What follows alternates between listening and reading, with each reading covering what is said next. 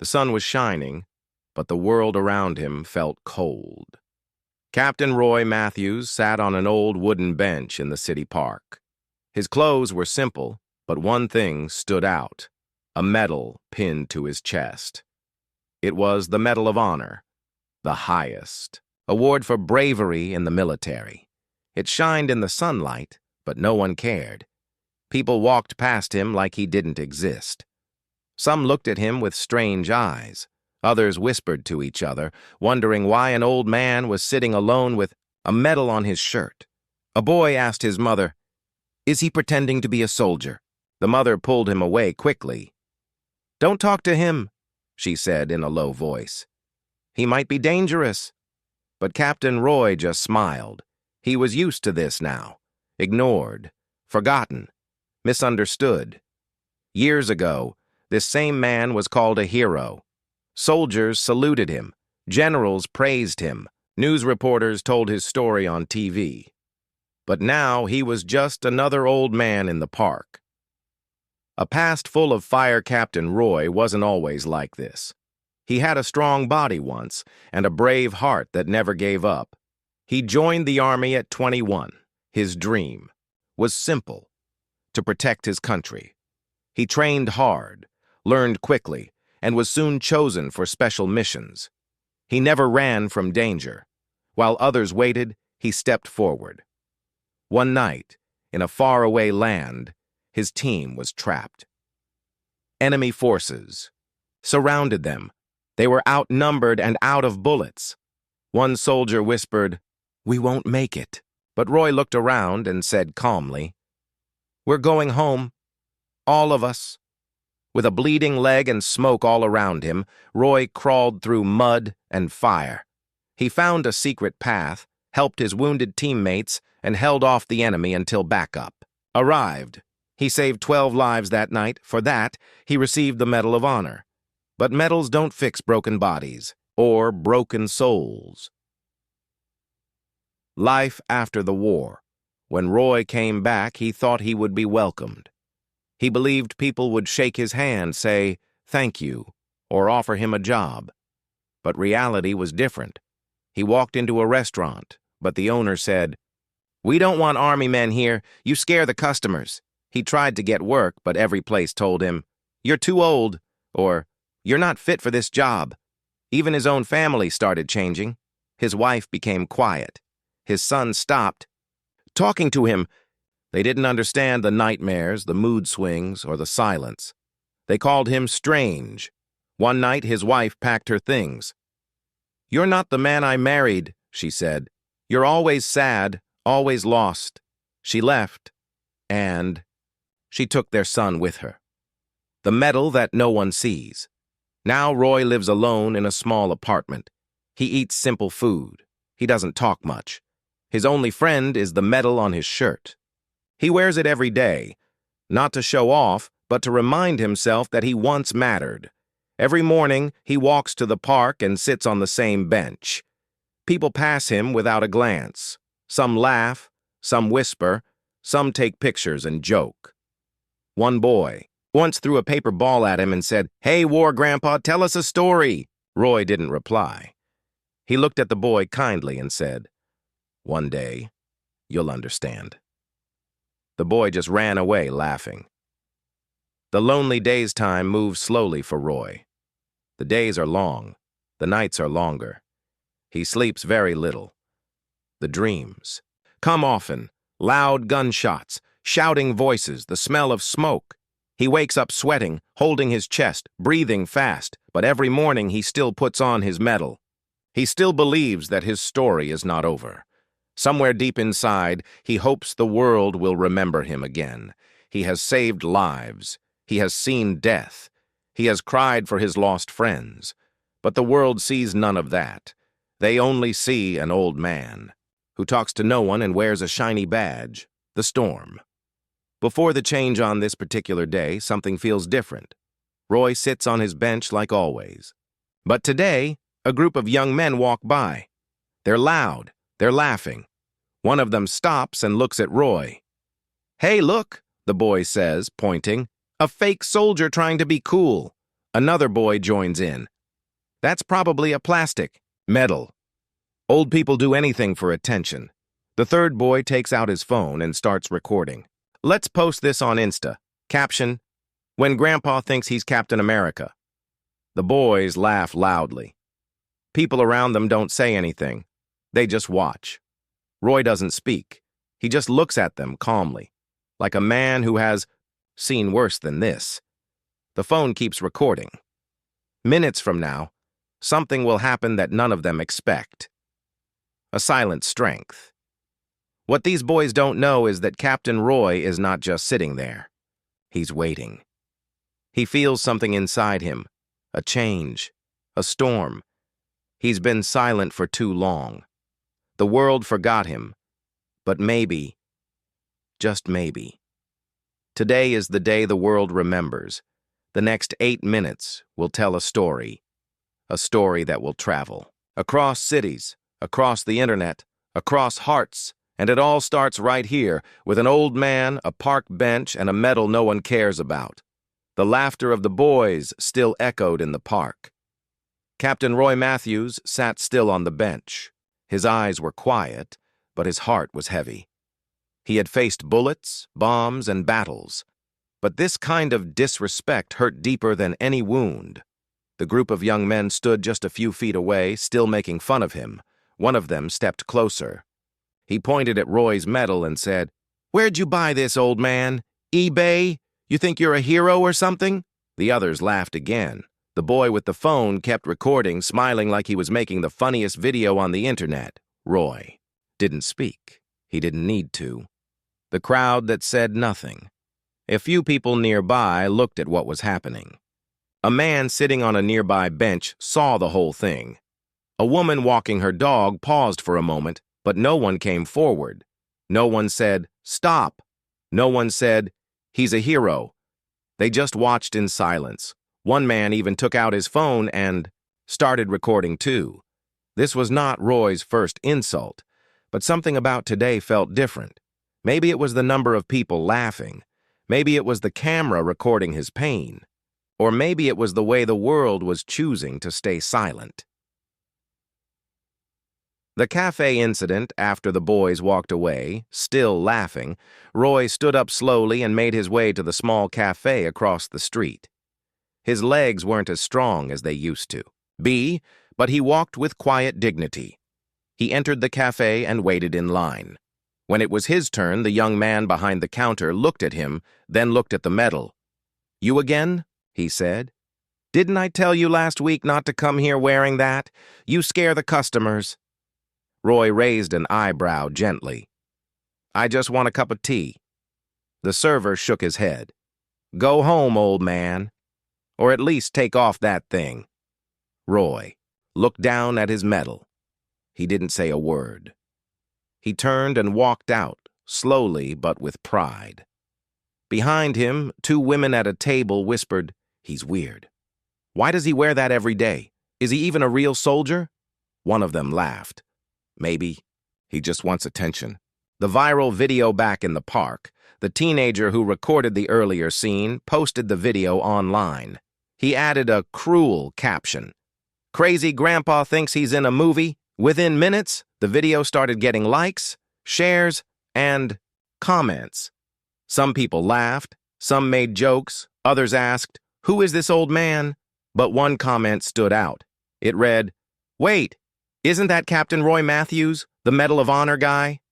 Nobody replied. Not yet. The truth was beginning to come out. But it was still buried under layers of jokes and disrespect. The flashback again as Roy sat back on his bench, the medal catching the last light of the day. His mind drifted again to the battlefield. Could hear the sounds of gunfire. He could feel the weight of his injured comrade in his arms. He remembered crawling through dirt, carrying his friend on his back, blood pouring down his leg, refusing to give up. The pain, the courage, the sacrifice. And now, this. Teenagers laughing. A cafe refusing him service. People thinking he was just a crazy old man. He had risked everything for these people. And now, they didn't even care. A girl with no judgment, as the sun began to set. A small girl walked into the park holding a balloon. She was maybe 5 or 6. Her hair was tied in 2 ponytails. She looked at Roy, smiled, and slowly walked toward him.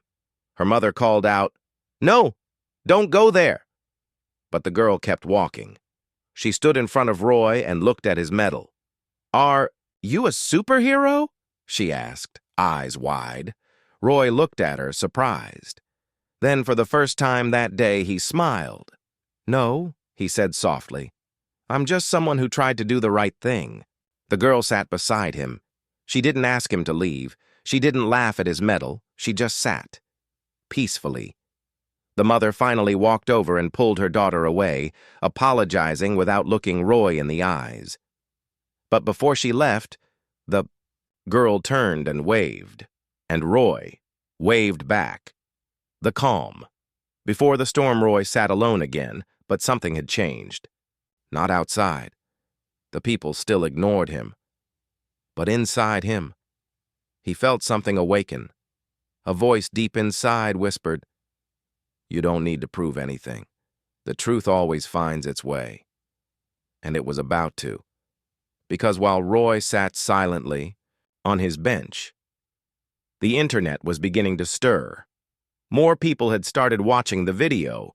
More people were commenting. And one of them was not just a viewer. He was someone who owed his life to Captain Roy Matthews. Yet.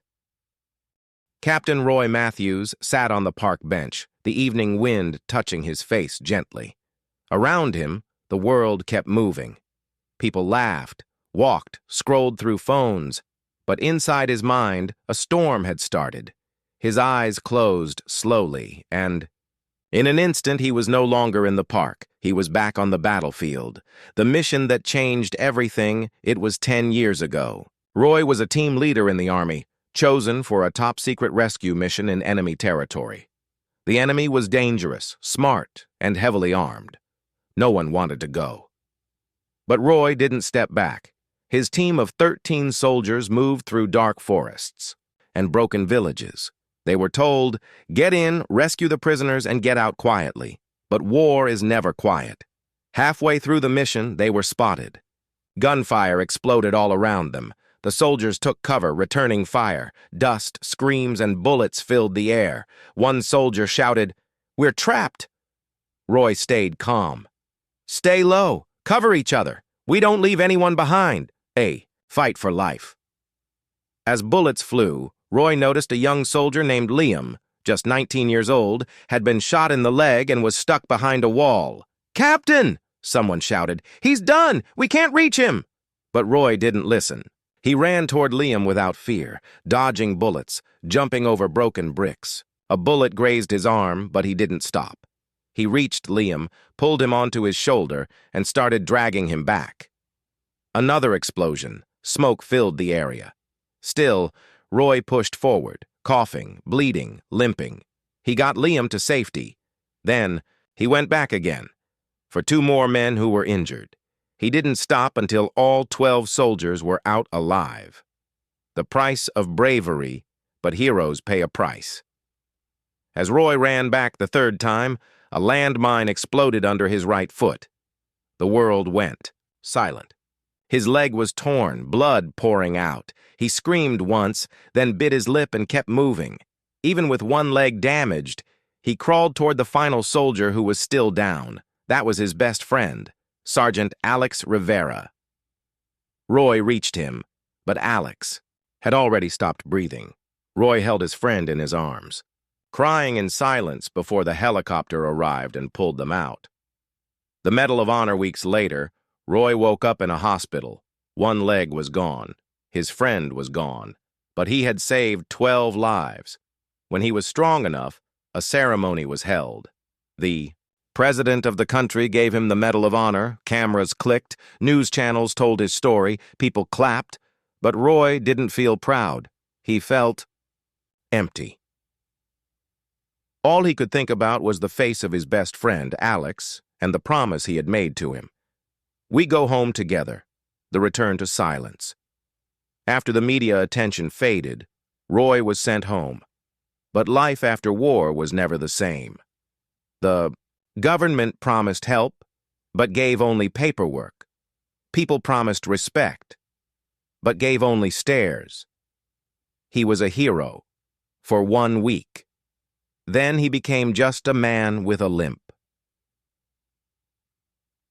The present returns. Back in the park, Roy opened his eyes. His hands were shaking slightly. He looked at the metal on his chest. It wasn't just metal.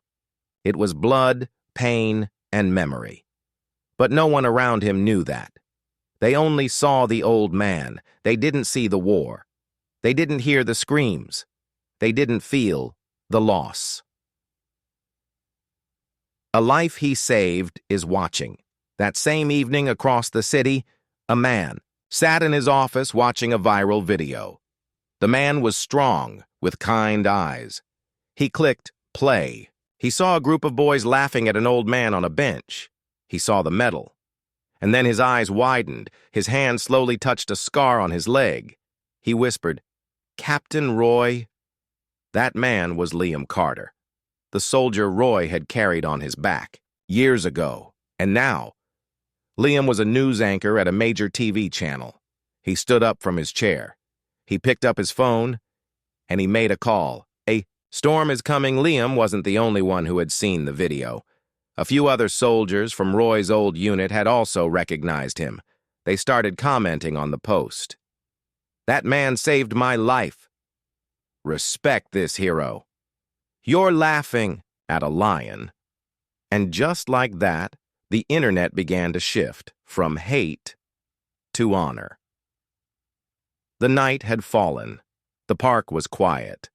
Captain Roy Matthews sat on his usual bench under the old tree, with his Medal of Honor still shining softly in the street light. His body was tired, his heart even more. He had lived another day, one more day of being ignored, laughed at, and insulted. But something had started to change, and Roy didn't know it yet. Liam takes the mic at that very hour, in a large news studio across town. Liam Carter, the soldier Roy had once saved, stood behind a camera. He had made a decision. This wasn't just news anymore. This was personal. This was a debt. As the live show began, he looked into the camera and said, "Tonight, I want to tell you about a man the world has forgotten, a man I owe my life to. His name is Captain Roy Matthews. And yes, that viral video you've been laughing at, that's him." The newsroom fell silent. A story the world forgot, Liam continued. 10 years ago, in a war zone far away, I was bleeding, shot, and left behind. Everyone said I wouldn't make it, but one man refused to leave me. He carried me on his back through fire, through bullets, through pain. That man was Captain Roy. And that's the man you're laughing at in the video. He didn't ask for thanks. He didn't ask for fame. He just wanted to be remembered. And today, we're going to remember him. The world reacts within minutes. The internet exploded. People started sharing Liam's video. Hashtags started trending. Respect Roy, Buck Medal of Honor, real hero. People who had laughed earlier were now deleting their comments. Some wrote, "I'm ashamed I laughed at him." Others shared memories. "I saw this man in the park once. I thought he was just an old guy. I was wrong." One woman posted, "My brother served with Captain Roy. He told me once, if I die, don't cry. But if Roy dies, the country should cry." A visitor in the night back in the park, Roy had started walking home. The night was cool, and the streets were quiet, until a car pulled up beside him. A man stepped out, tall, strong, familiar. It was Liam. "Captain?" he said gently. Roy turned, confused. "Do I know you?" he asked. Liam smiled, eyes full of emotion. "You carried me out of hell. Now let me carry your story." He saluted, and for the first time in a long, long time, Roy's eyes filled with tears. The city awakens. The next morning, Roy's picture was on every screen. TV channels replayed Liam's story. Newspapers printed headlines like, "The man behind the medal, a hero rediscovered, from humiliation to honor, the Roy Matthews." Story.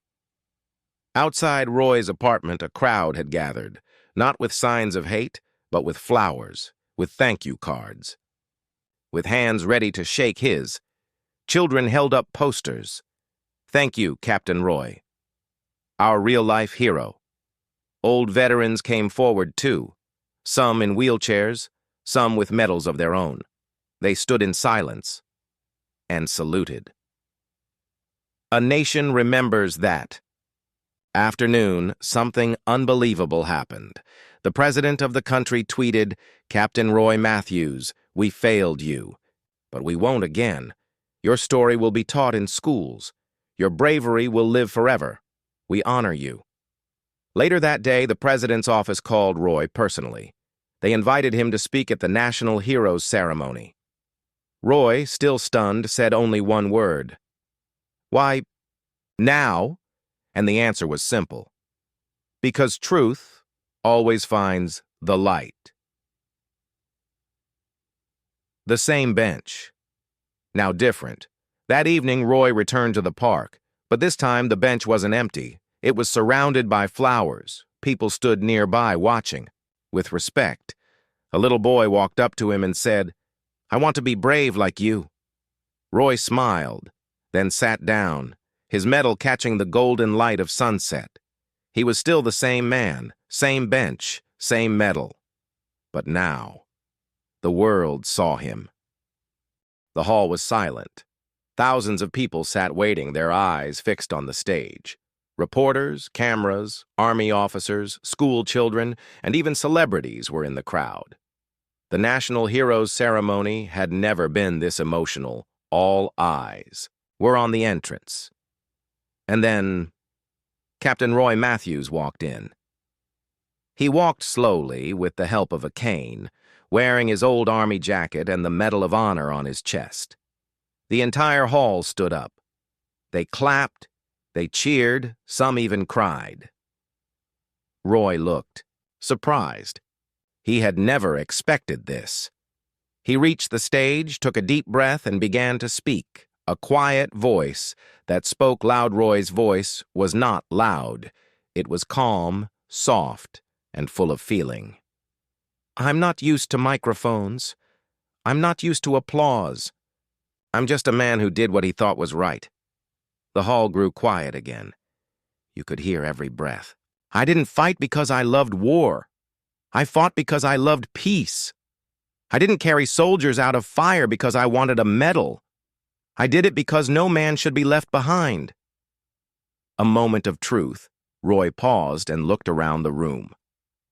"A few days ago, I was sitting on a bench.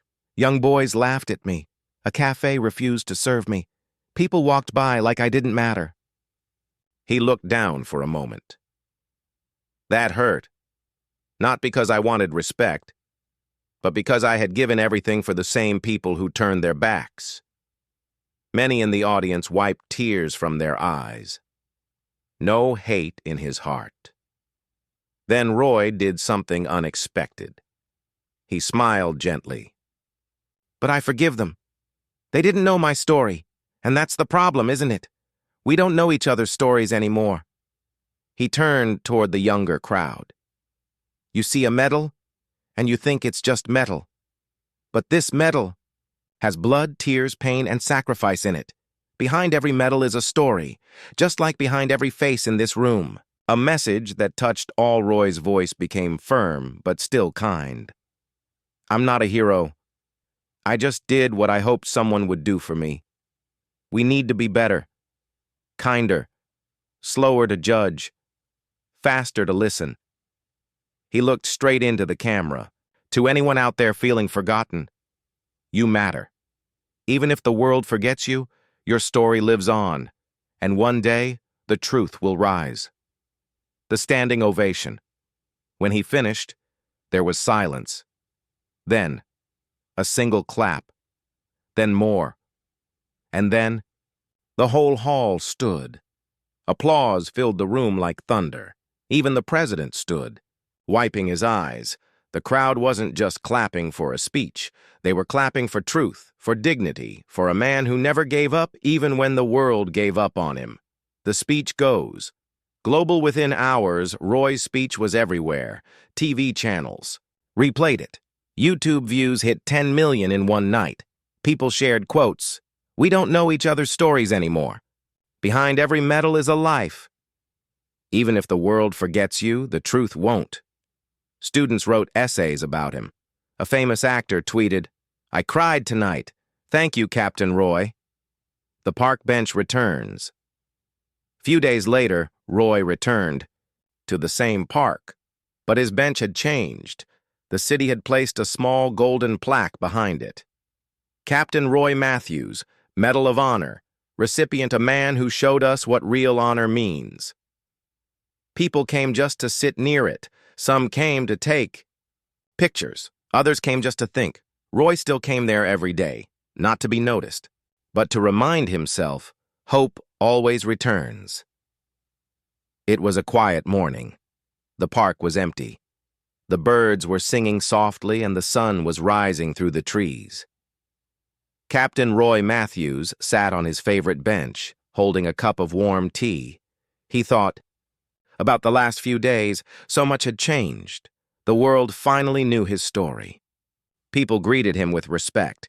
Children waved, some even asked for pictures. But deep inside, something still felt unfinished. A piece of his heart was still missing. Then, someone called his name. "Captain Roy?" He looked up and froze, face from the past. A woman stood there. She was in her 50s, wearing a blue coat. Her eyes were filled with emotion. She held something tightly in her hands, a small photo frame. Roy squinted. She looked familiar. He stood up slowly. "Yes?" he asked gently. The woman took a deep breath. "My name is Elena Rivera. My brother was Sergeant Alex Rivera." Roy's heart stopped. Alex, his best friend. The man who died in his arms during the war. The man he couldn't save. Roy's eyes filled with tears. "Elena, I'm so sorry. I tried. I really did." Elena stepped forward and hugged him, tightly. The words that he needed, she whispered. "He told me." Before he left for war, he said, "If I don't come back, tell Roy to forgive himself." He knew the risks, and he trusted only one person to lead that mission. You. Roy's hands trembled. "I carry his memory every day," he said. "I see his face when I close my eyes." Elena gave him the photo frame. Inside was a picture of Alex and Roy, laughing together during training. Below the photo were Alex's words, written in his handwriting. "If I don't make it, remember this. You are my brother. You are my hero."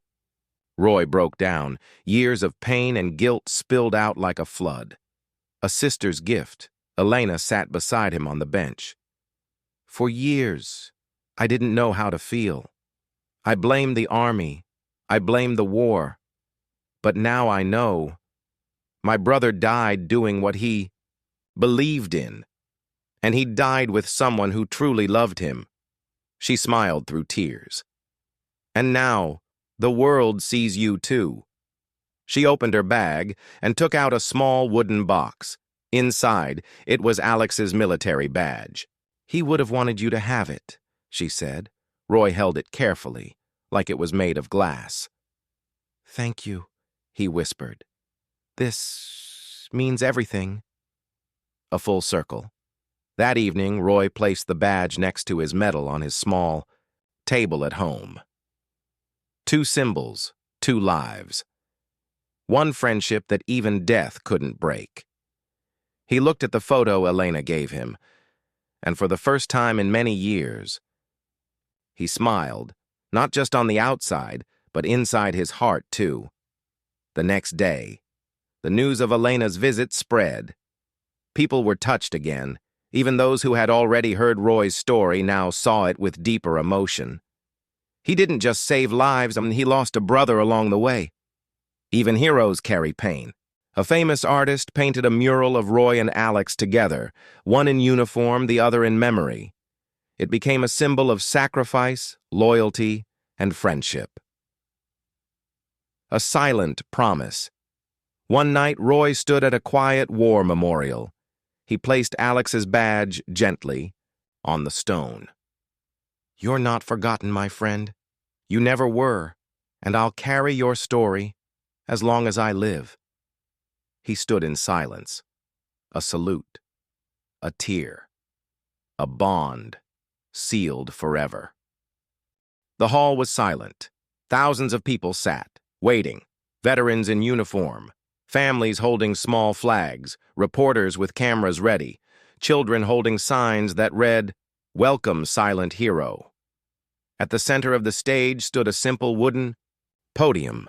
A chair sat behind it, and beside that chair, holding a single page of notes, stood Mr. Harris. He wasn't nervous, not because he was used to speeches, and he wasn't.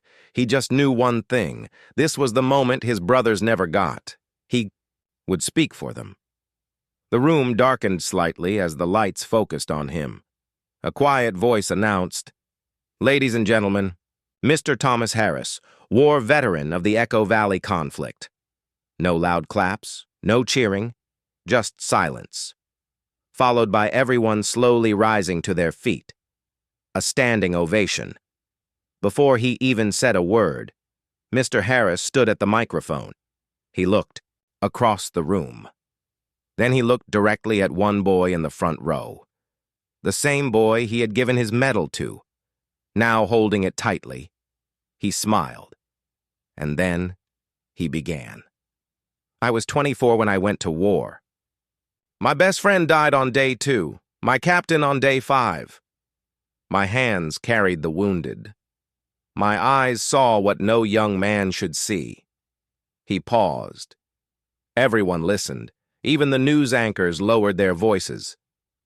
"I came home with scars, not just on my skin, but in my heart. I didn't want fame. I wanted peace. But when I walked through that airport, no one saw a soldier. No one saw a man who gave everything. They saw an old man walking too slow." The audience stayed silent. Not even a cough could be heard. "I didn't come here today for applause," he said. "I came here so that the next man wearing this jacket doesn't feel forgotten. I came for the ones who never made it back." He pulled something from his pocket, a worn photo. "This is my unit, is Echo Unit 3. Every man here gave something. Some gave everything. I see their faces in my dreams. I hear their voices in the rain, and sometimes I still reach for them in the dark." Mr. Grant, watching from the side, wiped a tear from his cheek. Major Daniels stood beside him, fists clenched in silent respect. "I was called the Silent Hero," Mr. Harris said. "I don't want that title. I want you to remember every forgotten hero, every nurse, every medic, every cook who kept soldiers alive, every mother who cried alone, every wife who never got a letter back." He looked directly into the camera now. "If you're watching this from home, and you've ever felt invisible, this is for you. You are seen, you are heard, and you matter." For a moment, the entire country seemed to pause. People watching on TV stopped talking. Even children leaned closer to the screen. "I was disrespected by an airline." "That's true," Mr. Harris said. "But that mistake gave me this moment. And now I give it to others." He raised the medal that the boy had returned to him before the speech. "I wore this for 50 years. Today it belongs to all who serve." He held it out. One young soldier walked up the steps and accepted it, shaking. Mr. Harris stepped back. The crowd rose again. This time the clapping began slowly, then louder, until the entire hall thundered with respect. News channels replayed the speech over and over. Veterans shared clips online. Young people quoted his words. "I came for the ones who never made it back. You are seen, you are heard, and you matter. The story spread across the world. In one country, a school named a classroom after Mr. Harris. In another, a statue was planned, not just for him, but for all silent heroes. But not everyone was clapping. In a small office, a man watched the speech with a bitter face. He was the gate agent who had insulted Mr. Harris that day, calling him too slow and treating him like luggage. His company had already suspended him, but after the speech, people demanded more. Mr. Grant received thousands of messages. Some wanted revenge, others wanted justice. But Mr. Harris had one thing to say. Let him learn, not hate. Let him grow, not fall. Instead of punishment, Mr. Harris asked the airline to give the man a second chance. Not just that, he wanted to meet him. They met in private. The young employee stood nervously. I'm sorry, sir, he said. I didn't know. Mr. Harris nodded. I know you didn't. That's why I came. He placed a hand on the young man's shoulder. Now you do. Don't forget it. The man broke down in tears, and from that day on he became one of the airline's best employees, training new staff how to treat passengers with dignity. Mr. Harris didn't want fame. He didn't want a book deal or a movie. He only wanted one thing, that no other hero be ignored again. And so, a new program was born, with Mr. Harris as the face of it. Honor First, a promise to veterans. Airports across the country joined. Special lanes for veterans, trained staff to greet and assist with respect. Signs at gates that read, "We see you, we thank you." Mr. Harris watched it all from home. He sat in his old chair, tea beside him, a photo of Echo Unit 3 on the table. He smiled and whispered, "You're not forgotten anymore, boys." But just when the world thought the story was done, a letter arrived at Mr. Harris's door, old, yellowed, unopened. It was addressed to him from the war, dated April 12, 1969. It was a peaceful morning. The sky was soft blue, birds were singing, and the air carried a light breeze. The same park, the same trees, the same bench, where it all began. Captain Roy Matthews walked slowly toward the bench, but this time, he wasn't alone. Children waved at him. A young mother smiled. A group of students nearby whispered, "That's him, the man from the story." Roy gave them a small nod and sat down on the bench, the one with his name now engraved in gold. Looking back, silently Roy sat in silence, holding a photo of his old army unit. So many faces, some alive, some gone. He touched the photo gently and whispered, "You're all with me, always." He looked around the park, once the place where people ignored him, now the place where they came to honor him. It felt different now. Peaceful. Complete. A conversation with the wind. Roy closed his eyes. "I never expected this," he whispered softly. "All I wanted was to be remembered. Not as a hero, just as a man who tried." A breeze passed through the trees. The wind seemed to reply. Leaves rustled, and the sound felt like a quiet thank you. He smiled. "You're welcome," he whispered back. A young boy sits beside him. A young boy around 10 years old came and sat next to Roy. He held a notebook in his hand. "Excuse me, are you Captain Roy?" Roy looked at him kindly. "Yes, I am." The boy smiled. "I'm writing an essay about you. My teacher said you changed the whole country." Roy chuckled. "I didn't change the country. I just reminded it what it could be." The boy asked shyly, "Can I take a picture with you?" Roy nodded. They took a photo together. "Thank you, sir," the boy said. "When I grow up, I want to be brave like you." Roy smiled warmly. "Then be kind. That's the bravest thing. The key. Last letter." That night, Roy sat at his small desk and wrote a letter. It was addressed To the people of this nation. If you're reading this, I may not be around anymore.